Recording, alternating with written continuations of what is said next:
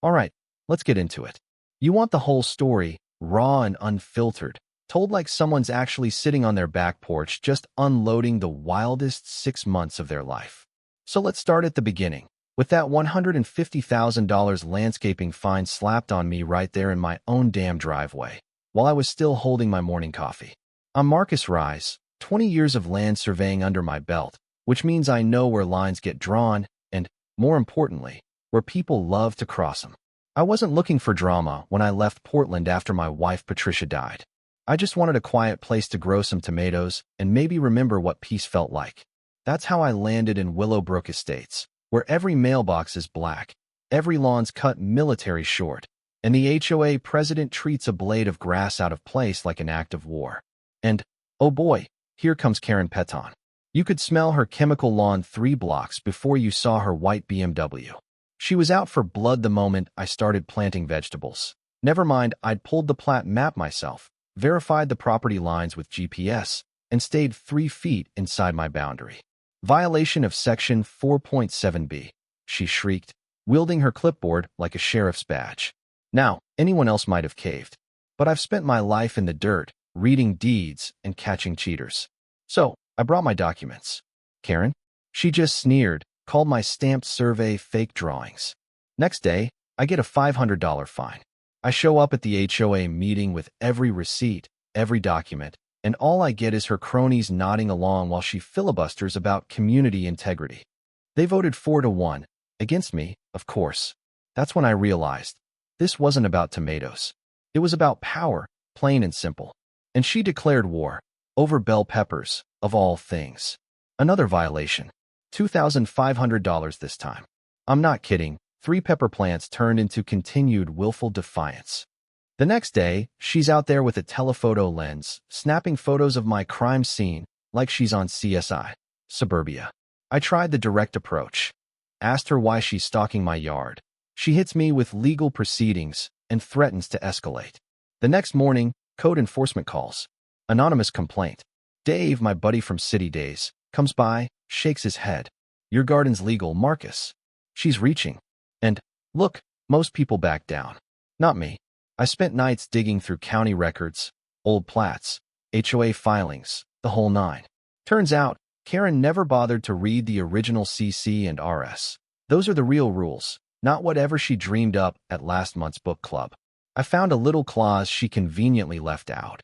Any homeowner can appeal to the full membership within 30 days. Never mentioned it, never put it in the notices. Line number 1. So I printed the documents, marched right up to her McMansion, smelled like fertilizer and privilege, and handed her the proof. She barely glanced at it. Technicalities don't matter, she said.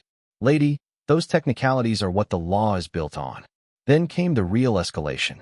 Flooded my garden, not once, but twice. Her sprinkler system malfunctioned. At 2 in the morning, water pouring over my fence, soaking my tomatoes. Next, chemical burns on my plants. Smelled exactly like the pool chemicals I'd seen used in neighbor-on-neighbor disputes back in Gresham. I reviewed my security camera. There she was, hood up, spray bottle in hand. Clear as day. Then, slashed tires and a ransom note. Stop causing problems or face consequences. Smelled like rubber and desperation. Police took the report, but I knew better than to wait on miracles. I called my old partner, a private investigator, and got busy. What we found made my blood run cold. Karen had pulled this same routine with 3 other families, running them out with escalating fines and anonymous harassment, then buying their homes cheap through a shell company she controlled. You ever feel the world tilt under your feet? That's how I felt. My garden wasn't the problem. It was a threat to a $250,000 scam. Karen needed me gone, not just out of spite, but to protect a fraud running years deep. The next act came with a lawsuit, $150,000 for damages to community values and hostile behavior. Right there at the neighborhood barbecue, in front of everyone, she had me served. Death threats followed. Crude cut-and-paste letters, threats to stop digging or be buried. You can't make this up. But here's the twist. My PI started following the paper trail, and I started checking boundary lines. 23 out of 47 homes in Willowbrook had encroachments. Houses built in the wrong places, driveways crossing lines. Karen's pool sitting square on a city-owned easement. She'd been selling houses she had no right to, using fake survey data from a company that went out of business 6 months after filing the original plat. The county records were a goldmine. Every sale she handled had title issues. And the whole time, Karen's running around claiming I'm dangerous, passing out flyers calling me a menace, faking vandalism reports. But word got out. Dolores Martinez rallied the neighbors. Stories came pouring in, and suddenly Karen's support evaporated. She tried bribery, showed up at my door with a $50,000 check and an NDA. I recorded the whole thing. The next day, my survey equipment was stolen, dumped in a creek. Her phone pinged the tower right there at the time of the theft. Now, she's not just facing civil suits, but federal charges: wire fraud, mail fraud, conspiracy, the works. The meltdown was spectacular. Viral video of Karen screaming in the grocery store, blaming me for ruining her life. Her husband moved out. Karen priced her house $200,000 under market, tried to sell before anyone could check the records. But, of course, every buyer demanded a new survey. When it turned up the encroachments, deals fell apart. The board finally called an emergency HOA meeting. News cameras, police, county officials, half the neighborhood packed in. I laid out every detail: overlays, GPS readings, documents. Karen tried one last time to play the victim, but the evidence was overwhelming. She was removed as president on the spot, all her violations voided, her management contract canceled. The FBI started their own investigation. Karen ended up bankrupt, divorced, and sentenced to federal prison. 6 months later, the place looks different. Tomatoes are thriving. The new board asked me to serve as treasurer, and I only said yes because I knew the neighborhood finally cared about the truth. We even passed a state law requiring professional surveys for all property transfers. I help run workshops, give talks, and judge the annual tomato festival. There's a prize for Karen's revenge. Biggest veggie gets the trophy.